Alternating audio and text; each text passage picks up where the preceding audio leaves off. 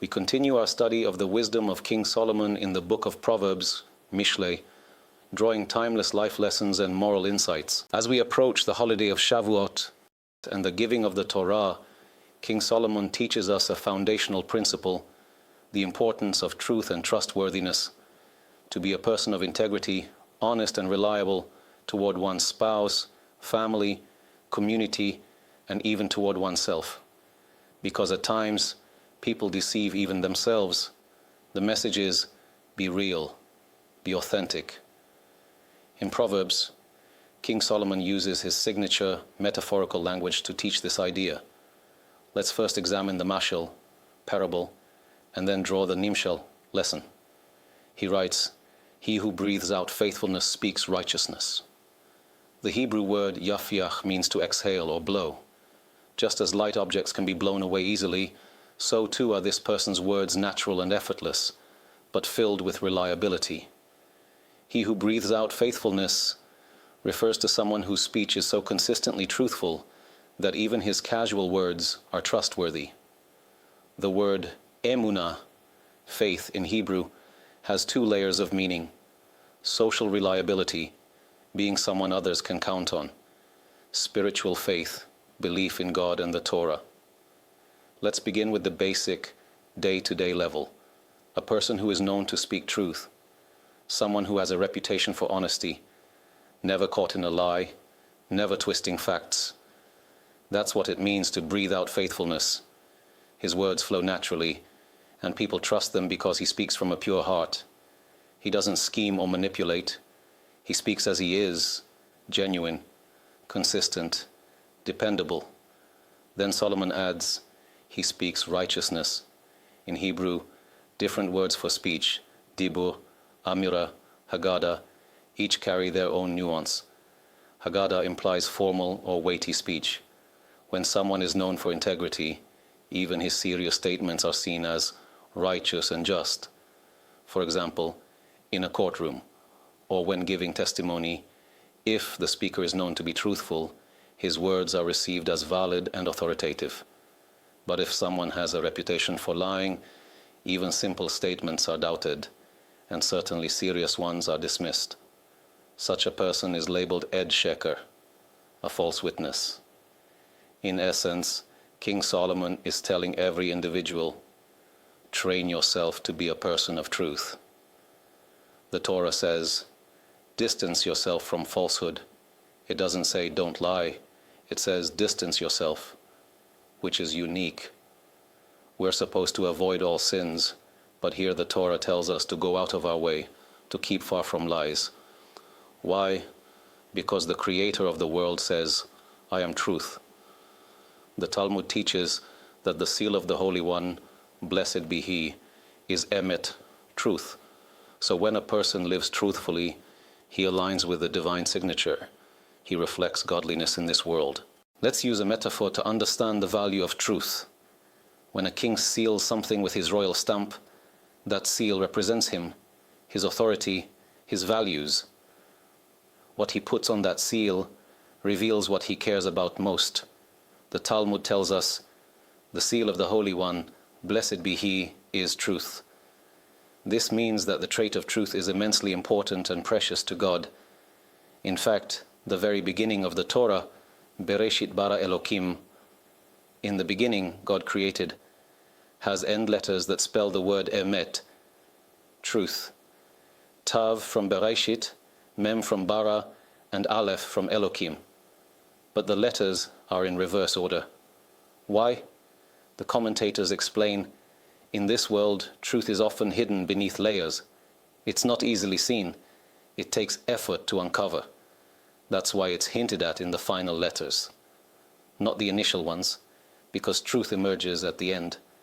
It may look confusing or chaotic at first, but eventually the truth comes out. Some people go through life thinking they can manipulate everyone. I'll lie to this one, deceive that one, and it seems to work for a while. But suddenly, when the truth is revealed, everything bursts out. The lies collapse, the trust shatters, and people see the person for who they really are. There have been cases where someone tried to deceive even those closest to them, their own spouse, a husband hiding things from his wife, or vice versa. And when the truth finally surfaces, everything falls apart. That's why King Solomon tells us, train yourself to speak truth even in the smallest things, even when it feels like, what does it matter? I said this instead of that. Who cares? Practice truthfulness. If you make truth your habit in casual speech, then when you speak about serious matters, people will trust you.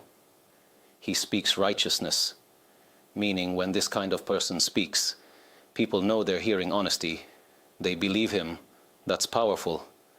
Now imagine the opposite.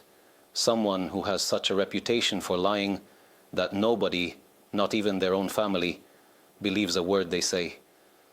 That's a tragic situation. The person may be telling the truth now, but no one listens anymore. It's heartbreaking, and it's their own doing. This is why we must choose carefully what image we create for ourselves. We shape our own reputations through our speech and behavior. Let me offer some practical advice, especially for newlyweds. The first year of marriage is critical.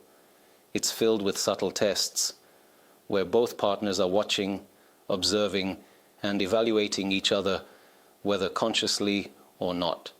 The Torah commands, when a man takes a new wife, he shall be free for 1 year to bring joy to the woman he has taken. We might not have known on our own how long a newlywed couple needs to invest deeply in their bond. Is a week of celebration enough? A month? But the one who created human nature tells us a full year. A husband who devotes himself fully to his wife in that first year, who shows her that she is number one in his life, that no one comes before her, will reap lifelong blessings. She will feel secure, cherished, and connected. The marriage will be strong.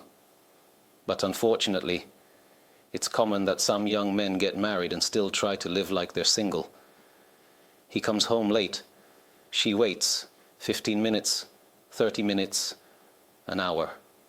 She calls, "Where are you?" He replies, "I'm hanging out with friends." And when she's hurt, he gets annoyed. "Why are you making this a big deal?" It is a big deal. In the first year, invest all of yourself in your wife. She must know that she comes first, above friends, above everything else. Even more so, if a husband talks to his wife with a low tone, without energy because he's in a bad mood, but the moment his mother calls, he lights up, cheerful and upbeat, that sends a damaging message. He may not say it in words, but his wife hears something else. He loves her more than me. He married me, but emotionally, he's still attached there. Without realizing it, he creates tension between his wife and his mother, planting the seeds of rivalry and emotional insecurity. So monitor yourself. If you can be joyful when your mother calls, be joyful when speaking to your wife too. Protect your marriage with truth, with trust, and with emotional presence. Let's use a metaphor to understand the value of truth. When a king seals something with his royal stamp, that seal represents him, his authority, his values. What he puts on that seal reveals what he cares about most. The Talmud tells us, the seal of the Holy One, blessed be He, is truth. This means that the trait of truth is immensely important and precious to God. In fact, the very beginning of the Torah, Bereshit bara Elokim, in the beginning God created, has end letters that spell the word emet, truth. Tav from Bereshit, Mem from bara, and Aleph from Elokim.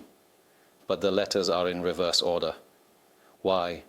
The commentators explain, in this world, truth is often hidden beneath layers. It's not easily seen. It takes effort to uncover. That's why it's hinted at in the final letters, not the initial ones, because truth emerges at the end. It may look confusing or chaotic at first, but eventually the truth comes out. Some people go through life thinking they can manipulate everyone. I'll lie to this one, deceive that one. And it seems to work for a while. But suddenly when the truth is revealed, everything bursts out. The lies collapse, the trust shatters, and people see the person for who they really are. There have been cases where someone tried to deceive even those closest to them, their own spouse, a husband hiding things from his wife, or vice versa. And when the truth finally surfaces, everything falls apart. That's why King Solomon tells us, train yourself to speak truth even in the smallest things, even when it feels like, what does it matter? I said this instead of that. Who cares? Practice truthfulness. If you make truth your habit in casual speech, then when you speak about serious matters, people will trust you. He speaks righteousness, meaning, when this kind of person speaks, people know they're hearing honesty. They believe him. That's powerful. Now imagine the opposite, someone who has such a reputation for lying that nobody, not even their own family, believes a word they say. That's a tragic situation. The person may be telling the truth now, but no one listens anymore. It's heartbreaking, and it's their own doing. This is why we must choose carefully what image we create for ourselves. We shape our own reputations through our speech and behavior. Let me offer some practical advice, especially for newlyweds. The first year of marriage is critical. It's filled with subtle tests where both partners are watching, observing, and evaluating each other, whether consciously or not. The Torah commands, when a man takes a new wife, he shall be free for 1 year to bring joy to the woman he has taken. We might not have known on our own how long a newlywed couple needs to invest deeply in their bond. Is a week of celebration enough? A month? But the one who created human nature tells us a full year. A husband who devotes himself fully to his wife in that first year, who shows her that she is number one in his life, that no one comes before her, will reap lifelong blessings. She will feel secure, cherished, and connected. The marriage will be strong.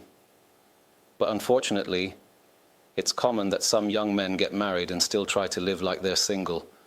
He comes home late, she waits 15 minutes, 30 minutes, an hour. She calls, "Where are you?" He replies, "I'm hanging out with friends." And when she's hurt, he gets annoyed. Why are you making this a big deal? It is a big deal. In the first year, invest all of yourself in your wife. She must know that she comes first, above friends, above everything else. Even more so, if a husband talks to his wife with a low tone without energy because he's in a bad mood, but the moment his mother calls, he lights up, cheerful and upbeat, that sends a damaging message. He may not say it in words, but his wife hears something else. He loves her more than me. He married me, but emotionally, he's still attached there. Without realizing it, he creates tension between his wife and his mother, planting the seeds of rivalry and emotional insecurity. So monitor yourself. If you can be joyful when your mother calls, be joyful when speaking to your wife too. Protect your marriage with truth, with trust, and with emotional presence. The Hebrew word emet, truth, is made up of 3 letters, Aleph, Mem, and Tav, each with deep meaning. These 3 letters are not random. Aleph is the first letter of the Hebrew alphabet, Mem is the middle, and Tav is the last. Together they span the entire spectrum from beginning to end. Not only that, but each of these letters stand firm. They are all stable, structurally balanced when written. The message? Truth is solid. It holds up from start to finish. It is complete, consistent, and reliable. Now look at the word sheker, falsehood. It also has 3 letters, shin, kuf, and resh. All 3 are found at the end of the Hebrew alphabet, crowded together in one corner. nothing balanced or stable. And when written in traditional script, these letters are shaky. Shin leans on a single slanted leg, Kuf stands on one foot, and Resh has no base at all. As the sages teach, falsehood has no legs to stand on. So what's the lesson? If a person lies to their spouse in business or to others, they may succeed in the short term. But because lies have no solid foundation, eventually the structure collapses. The truth, on the other hand, is stable. It supports a life of integrity and happiness. This is why King Solomon wrote, "A good name is better than fine oil." When someone earns a reputation for honesty, for being trustworthy, that good name becomes their greatest asset. In the world of business, people are drawn to those whose word can be trusted. One lie, and they may walk away forever. But a person known for truthfulness attracts respect and long-term success. That's the message of the mashal, parable, true in everyday life on its own. Now let's look at the nimshal, the deeper spiritual dimension. King Solomon writes, "He who breathes faithfulness." The Hebrew word emunah, faith, carries two layers of meaning. Social faithfulness, being reliable in people's eyes. Spiritual faith, faith in God. Today, many people use the word emunah without truly understanding it. For most, it means, I believe in God, as in, I believe He exists. But that's only the first step. The Torah doesn't use the word faith to describe belief in God's existence. It uses the word knowledge. As it says, "And you shall know today, and take it to heart, that the Lord is God." Not you shall believe, but you shall know. So what then is emunah? Emunah is the second stage. Once I know that God exists, I then put my trust in Him. The word emunah literally means trust, to rely on God, to have confidence in His guidance and care. Anyone who takes time to observe the human body, the wonders of nature, the design of the world, must ask the question, did all this happen by accident, or was it designed by an intelligent creator? There are only two options. It was all created by a power far beyond human capability. It all happened by chance. There is no third option. And anyone using their mind honestly will conclude, this cannot be random. There must be a designer, a creator behind it all. It's impossible to believe that the incredible complexity of the human body, with all its intricate systems, just happened by chance. Once you rule out randomness, it becomes obvious. There must be a creator, an intelligent designer behind it all. The next question is, who is this creator?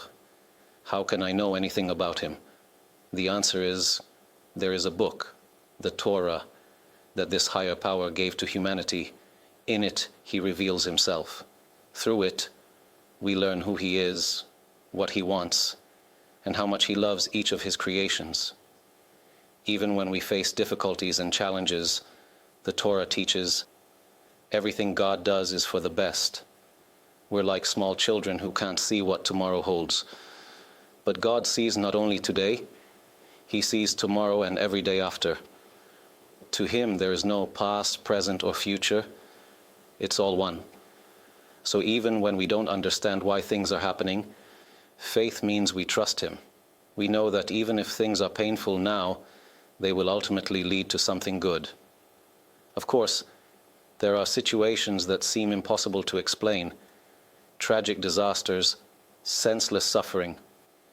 But these are questions we ask from a limited human perspective, focused only on the physical world. In God's spiritual view, the soul is the real person, and the body is just a garment. So even if that garment suffers damage, the soul can grow, elevate, and reach new heights. If we could ask a person who endured hardship in this world, after they've entered the world to come, and they could see the spiritual gains they earned from that suffering, and we asked, if you could go back and erase the pain, would you? The answer would likely be, absolutely not. You have no idea how much I gained from it. Rabbi Eliezer Papo, one of the great sages and author of the Pele Yoetz, wrote something powerful.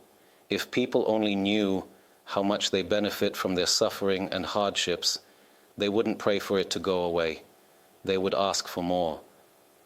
We're not on that spiritual level to pray for suffering, but at the very least, when a person goes through hardship, they should tell themselves, there's something good in this. One day, I'll understand what it was. Sometimes, even in the short term, people begin to see the good. Take, for example, someone who gets laid off from work. At first, he's upset. I worked in this field for 30 years. I was struggling, but I managed. Now I've lost my job, and I have a family to support. Why would this happen to me? He has no choice. He starts looking for work, and suddenly he finds a job that pays twice as much with better conditions. Later he says, it's a good thing they fired me. Otherwise, I'd still be stuck in that old job. But the real test is not when you see the outcome. It's when you're still in the dark, still confused, and you choose to strengthen your faith and trust in God. There are also times when suffering comes to cleanse a person's soul for past wrongdoings. It's for their own benefit. Other times, suffering comes to elevate a person, to shake them out of materialism or spiritual apathy. A person who is too attached to physical pleasures may go through a sudden illness or accident that forces them to stop, reflect, and reevaluate life. Lying in bed for a month, they may think deeply, what's the purpose of all this? Where am I headed? And from there, they begin a whole new chapter, one that's more meaningful, more spiritually focused. So in the end, that pain became a gift, something that helped them rise to a higher level and focus on what truly matters, their soul. Every person can build this kind of spiritual awareness. It's like a structure made of 4 levels, and the 4th level is true inner joy. We've spoken about this before, but here's a brief summary. Knowledge, the intellectual awareness that there is a creator. Faith, emunah, trusting in that creator. That's what King Solomon means when he says he breathes out faith. A person whose speech flows with faith, who, when asked, why did this happen to you, naturally responds, it's all from God, and it's all for the good. That's a person of faith. A person whose every word is infused with faith and built upon faith is the 3rd level, trust in God. There's a powerful line we should all memorize from Hovot HaLevavot, duties of the heart, at the beginning of the gate of trust. The essence of inner calm is the serenity of the soul that trusts. This is the definition of inner calm. On the outside, you're active. You're working, preparing, organizing, but inside, you are at peace. You're not anxious or stressed. Even if you have a job interview tomorrow, a major exam, a driving test, or serious medical results, you go to bed and sleep peacefully. How is that possible? Hovot HaLevavot explains, Bitahon, inner calm, is the calm confidence of someone who fully relies on the one in whom they trust, knowing he will do what is truly good and right for them. In other words, you do your part, you make every effort you can, but then you let go of the outcome. You don't worry about what will happen, because you trust that whatever result comes, it will be for your best. Didn't get the job? That's a sign that job wasn't meant for you. Didn't marry that person? That means they weren't the right match. When a person internalizes these 3 foundational levels, knowledge, knowing intellectually that God exists. Faith, trusting Him, giving Him your confidence. Bitahon, inner peace and calm. Then comes the 4th level, the natural result, lasting joy. Such a person is always happy, not because life is always easy, but because his inner world is steady. He feels that everything is good, and so he lives in a state of genuine happiness. This is the secret of many of our spiritual giants, and even of simple Jews in generations past. You would see them, full of joy, glowing with peace, even while enduring hardship, poverty, or illness. Their strength came from the resilience that faith and trust in God give a person. It's a beautiful and powerful way to live. Now, an important part of faith is not only trusting that everything God does is for our benefit, but also that everything He commands us is for our benefit. Even if we don't understand why, such as the mitzvah of tefillin, we trust that it's good for us. Today, scientific research is beginning to catch up to what the sages and Kabbalists taught long ago. In our book, The Turning Point, we shared documented studies using aura imaging technology. These studies showed how tefillin affect the human energy field. Just like Kabbalists have said, tefillin act like spiritual antennas that draw divine light and channel it into the mind and the heart. The head tefillin align with the center of thought, and the arm tefillin, worn across from the heart, direct that light into our emotional core. In earlier generations, people couldn't explain this in physical terms. There was no concept of energy fields or radiation. So many dismissed these ideas. But today, using these imaging tools, researchers observed that when a person puts on kosher tefillin, their energy field, the aura, actually changes. Even more compelling, when people unknowingly wore invalid tefillin, their aura did not change. This showed it wasn't just a psychological effect. It was something real, measurable. The device wasn't functioning because the mitzvah wasn't valid. So when a person has faith in God, they trust not just in His decisions, but in His instructions. Every mitzvah He gave us is for our good, even when we don't yet understand how. Some mitzvot are easy to relate to, like acts of kindness. Everyone understands that kindness builds a better world. So it's easy to feel connected to mitzvot between people, like helping others, speaking kindly, giving charity. But a truly righteous person strives for wholeness in all areas, both between man and between man and God, such as Shabbat, tefillin, guarding the eyes, immersion in a mikveh, holiness and modesty. These too are expressions of God's will for us. And time and again, we see people who live according to God's ways. Sometimes they don't look religious or dress the part, but they live truthfully in line with God's values, and they are blessed in visible and invisible ways. When a person truly lives according to the Torah, not just in outward appearance but in actual behavior, the quality of life he experiences is on an entirely different level. His joy, his emotional well-being, his interactions with others, they all reflect something elevated. You can see in this person a living example of what it means to walk with God. We're not born angels, but we work on ourselves.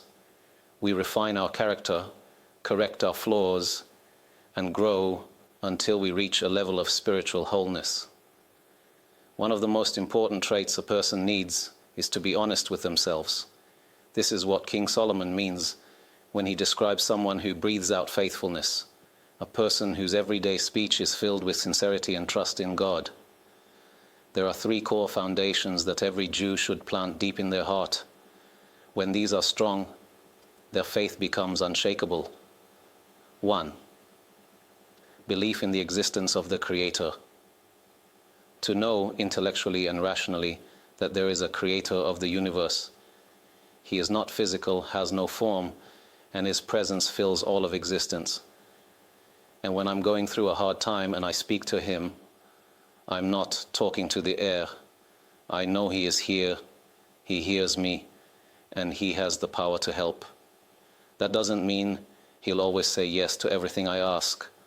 Like a wise parent, He gives what's best for the child, even when the child doesn't understand it. But my role is to ask because the act of turning to Him connects me to Him. It reminds me I'm not alone. 2. Belief that the Torah is from heaven. The Torah we hold so dearly. When we stand up as it's taken out of the ark, when we fast if God forbid a Torah scroll falls, when we kiss and dance with it during a celebration, this is not just a book. It's not man-made. It's divine. It was dictated by God to Moshe Rabbeinu, word by word, and written down with purpose and precision. Every word contains layers of meaning and depth. As the Zohar, taught by Rabbi Shimon bar Yochai, reveals, this is a book filled with heavenly secrets. Anyone who begins to learn its deeper teachings quickly senses that this is no ordinary text. You feel its truth. You see its brilliance. But even before exploring the inner dimensions of Torah, there are powerful historical proofs that confirm its divine origin. Take Mount Sinai, for example. The giving of the Torah is not a myth, nor a vague legend passed down by a few individuals. It is a national memory witnessed by an entire nation and passed down generation after generation without interruption. This isn't the kind of story that could be inserted into history later on. In fact, the Torah says, you were shown to know, you heard, you saw. It speaks directly to those who were there, and their children, and their children's children. In the book Journey to Truth, we dedicated an entire chapter to tracing the chain of transmission, from Moshe Rabbeinu through the sages of every generation, all the way to Rabbi Ovadia Yosef, one of the greatest Torah scholars of our time. The historical chain is fully documented, with names, dates, locations, no gaps, no missing links. That means no one could have just made this up. It's not like someone invented it 500 years ago. By that time, we already had the Shulchan Aruch, the code of Jewish law, and generations of Torah study and practice before it. About 1,000 years ago, there was Rabbi Yosef Karo. Before him, around 1,000 years ago, we had the Rambam, Maimonides, Rashi, and the Tosafot. Around 1,500 years ago, the sages of the Talmud lived, and 2,000 years ago, the sages of the Mishnah. As you go back in time, you reach King Solomon, King David, all of Jewish history, and archaeology confirms these events, even from findings in the ground. No one can seriously claim that someone invented this book. And in this book, what does it say happened at Mount Sinai? It says that the entire nation was present. This is unlike other religions, which are based on the claim that their prophet was alone in a cave, where an angel appeared to him. And if you ask, who was with you in the cave to witness this angel? They answer, no one, I was alone. So you either believe him or you don't. But in the case of the Jewish people, God tells Moses, behold, I am coming to you in a thick cloud, so that the people will hear me speaking with you and also trust in you forever. God didn't want to give Moses the Torah privately and risk others later claiming he made it up or forged it. God wanted it to be absolutely clear and undeniable that he gave the Torah to Moses. That's why he said, so that the people will hear me speak with you. This way, when Moses later relays God's words, people would believe him because they heard God themselves. At that moment, the people reached an elevated spiritual level, on the level of prophecy, just to be able to say, I was there, I saw Mount Sinai, I heard God speak from within the fire. You can open the book of Exodus, Parashat Yitro. There you'll find the account of Mount Sinai. Moses is on Mount Sinai and God tells him, go down and warn the people not to ascend the mountain or touch it. The divine presence had descended and the mountain became charged with holiness, almost like being electrified. Anyone who touched it would die. Only Moses was permitted to ascend. There's a seemingly puzzling dialogue there. God tells Moses, go warn the people. And Moses responds, they can't go up the mountain. We already warned them yesterday. Now, did God forget that he had already given that instruction? Of course not. God replies with something surprising. After Moses says, we already told them, God says, go down and then come back up with Aaron. It's as if God is saying, the main thing is that you go down. At first he says, go down and warn them, and Moses says, I already did. And God insists, go down, and then you and Aaron come back up. The key is this: Moses descended, and only then did the giving of the 10 Commandments begin. The verse says, and God spoke all these words, saying, I am the Lord your God. That was the start of Mount Sinai revelation. Moses wasn't up on the mountain when God said, I am the Lord your God. Why? Because God didn't want anyone to later claim, well, Moses was up there. Maybe he made a sound or produced something for the people to hear. There were no microphones back then, but maybe someone would try to say that he manipulated something. That's why God made sure that Moses was with the people down at the foot of the mountain during the 10 Commandments, so that no one could ever say Moses was alone on the mountain and made it all up. The Torah tells us, and all the people saw the voices, the flames, and the smoking mountain. But what does it mean to see voices? It makes sense to see fire or a mountain covered in smoke.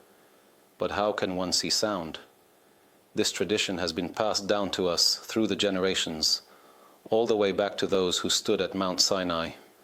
According to our sages, each word spoken by God, such as I am the Lord your God, was accompanied by fiery bursts shaped like Hebrew letters, visibly forming the words in the air. The people saw the divine speech with their own eyes. The revelation at Mount Sinai was so overwhelming that the sages likened it to compulsion, not a threat, but a level of undeniable clarity. When you're standing in front of such a powerful supernatural experience and someone asks, are you willing to keep the Sabbath? Could you honestly say no? Of course not. When God speaks directly to you, what else can you say but yes? That's the meaning behind the Talmudic expression, God held the mountain over them like a canopy. It reflects how impossible it was to deny what they were witnessing. The people were so awestruck that they later begged Moses, you speak to us and we will listen. Let God not speak directly to us, lest we die. They simply couldn't contain the intensity of that spiritual light. From that point on, God communicated his words through Moses. But the event of Sinai itself was a once-in-history experience, an open, public revelation witnessed by an entire nation. It's not just a belief. It's a historical claim deeply embedded in the Torah, which also contains layers of internal evidence, fulfilled prophecies, coded messages, and scientific insights that were far ahead of their time. There's a book I mentioned earlier called To Know the Truth, which gathers evidence from all of these areas.